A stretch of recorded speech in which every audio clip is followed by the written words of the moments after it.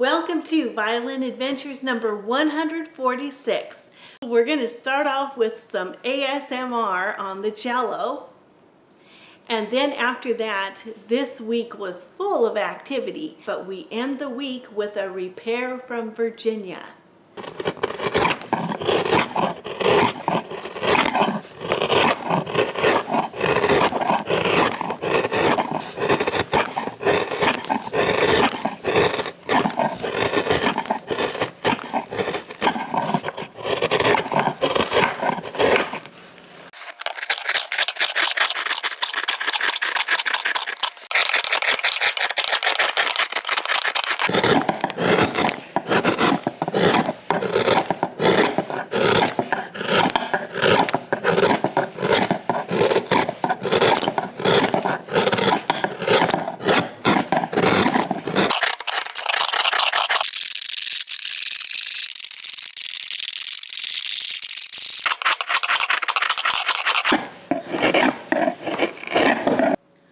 We have a special package from Francisco Nunez in Costa Rica, and she wanted to share some of the things that she is making. Okay, this is beautiful leather for bow wrapping, and it looks like she's even thinned the edges so that it will work really nicely. Two different kinds, and I'll show you up close. Very nice quality leather. So this is a little measure to measure hair when you're rehairing a bow, hair gauge. And she put my name on here and she says channel friends, that's all of you guys, can use code violins for you too and get 10% off. So I'll be showing these up close. So here's a close-up of the shapes of the bows. These are in the cello shape, and up here are the violin. And then if you wanted to get some for yourselves, she says here to go to Erikope, ERIKOPE.com, and you can get 10% off. So thank you, Francisco, for sending these patterns for us to enjoy.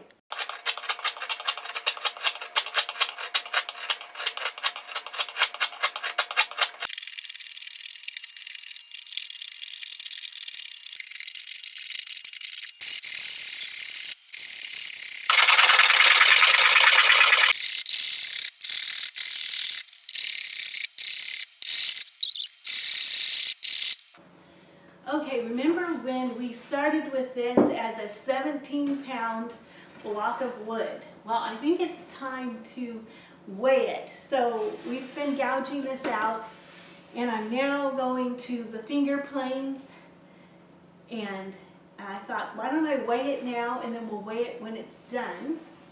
So we started with 17 pounds, and we'll start with 4 pounds. And that's too much. Wow. So 2 pounds,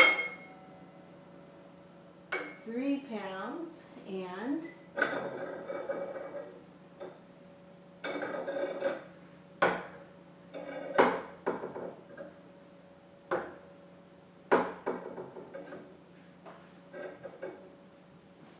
okay, it's 3 pounds and 10.5 ounces. So we went from 17 pounds to 3 pounds, and now let's hear it. So it's got really good tone. Next thing I'm going to do is check the graduations. We're still really thick, but I'll let you know where we are now. No, you're not in it. No, I am. Oh, it looks like the bee-man came for a visit. Next, I have a friend who is helping me put up a new website, and so he asked me to do an introduction video for my website, and I thought I would share it with you here. Welcome to the violin shop. Let me show you around and tell you what we're all about. So maybe you just need your sound post put up in your bridge.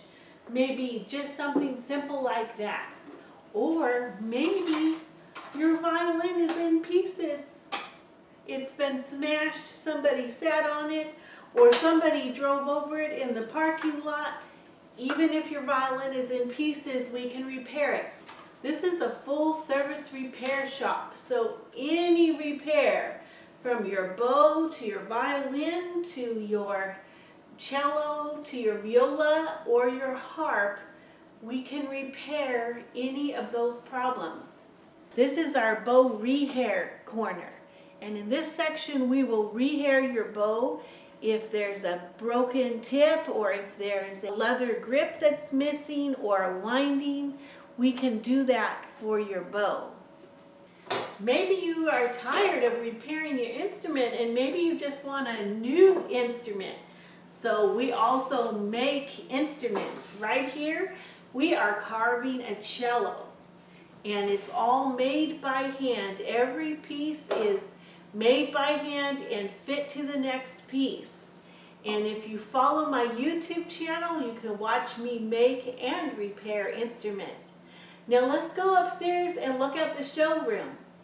This is our violin showroom. So we try to carry as many violins as we can in all the different price ranges. So if you can't afford a handmade violin right now, you can start with a violin around $400 and bump up to $800 or $1,200. And here is our cello showroom where you can try out different cellos in the different price ranges. And here we have a very large display of bows from the beginner all the way to the professional. Please feel free to contact me. All my information is below. You can email, call, or text. I would love to look at your violin, repair it if it needs it, or help you find another one. See you soon! Okay, we have a violin repair coming in from Virginia. Alright, this is packed really nicely. The smaller the box, the cheaper the shipping is, so this is great. They have the nice padding all around here. So here's our violin. Very nice work on the under the tailpiece and here around the bridge. This is everything looks good. And shipping looks like it came across real nicely. And we'll look into this, we'll play it and see what can be done.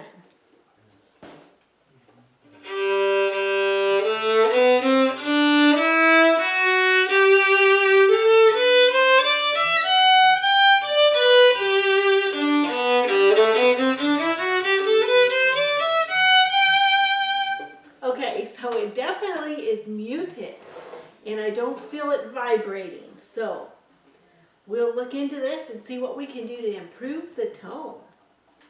Okay, I took a look at the label and it's all in German, so I'm probably not pronouncing it right, but it says Flügel Fleischen, and that means flying wings as far as I can tell. So that's the name of the company. And then it says that musical instruments and manufacturing from 1848. So this is a nice copy. It could be a copy of a Maggini, but the label is a good label in that it's just telling you it comes from a manufacturing company and they make very nice instruments. In fact, I have a book I'll show you that has copies of all the old catalogs back in the early 1900s and late 1800s when they would sell instruments. So this person compiled pages from the old catalogs, and many times you can find your instrument in these. And at the time, these were selling for about $20, but every page has different instruments on it. Here's some. This is a Montgomery Ward catalog copy page here, and you can see you can get a whole outfit for $21 or $50. Here's another page. This is a catalog coming out of Chicago. Here's some fancy violins, and these sold for around $50. Okay, here's our violin that we've been looking at. It's a nice violin from the probably late 1800s. And I got my special box out, and we're going to put all the little pieces in here so they don't get lost.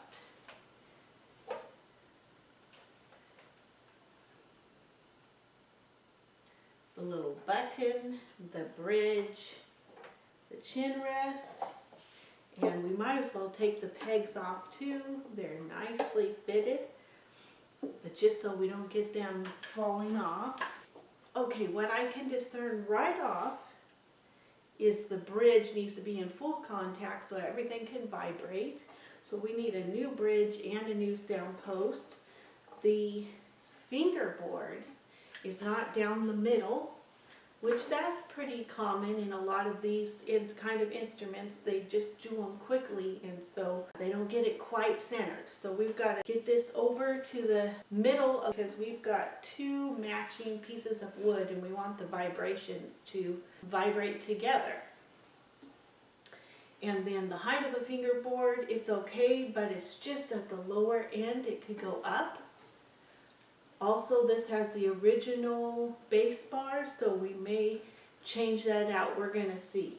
But I want to show you something special about this violin. This is kind of rare. You don't see it very often. This is the scroll. See all the turns in this scroll? Very nice.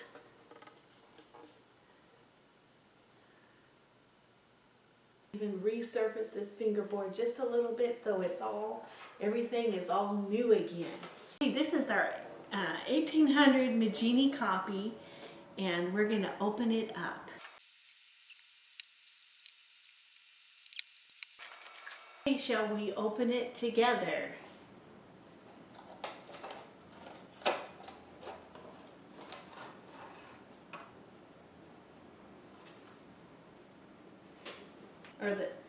Here we have the top, and yes, this is the original bass bar, so it can be changed out, but it looks like a nice carving. It's got tone, but I think we can improve on this tone. Okay, and here's the inside of the back, and it looks good too. Let me show you the sound post. So here's the sound post. And I don't know if you can see, this is a pretty good sound post, but I like to get more grains in there than just 3. Flying wings, and then it says musical instruments and manufacture, firm pay sold in 1848. So at the time that these were produced in 1848 is when the company started producing them. I appreciate that they were being honest, and they made beautiful instruments. This has the double purfling. You can see here 2 rows of purfling. They made the extra rolls in the scroll. So they made very nice and interesting instruments. Next we have a visitor who helped with the cello carving. I'm Elijah McGraw. I go to Pleasant View Baptist Church out in McQuady, Kentucky. A ways away from here. Yeah, so we brought some basses and stuff to get worked on. Chiseling and hand planing my first cello. Yeah. Yeah.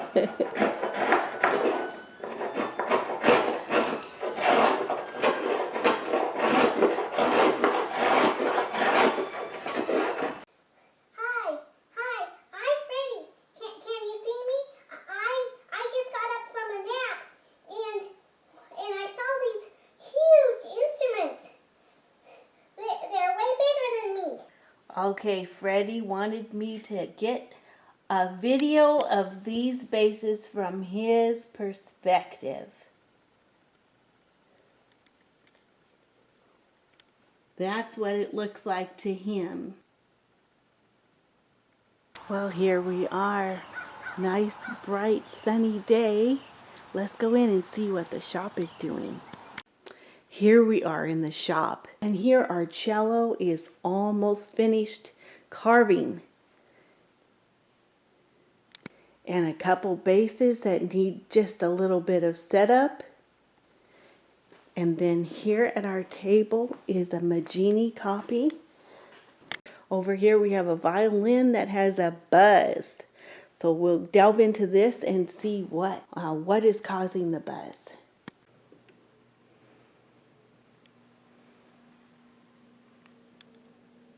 Ruach Hashem diber bi umilato al lashoni.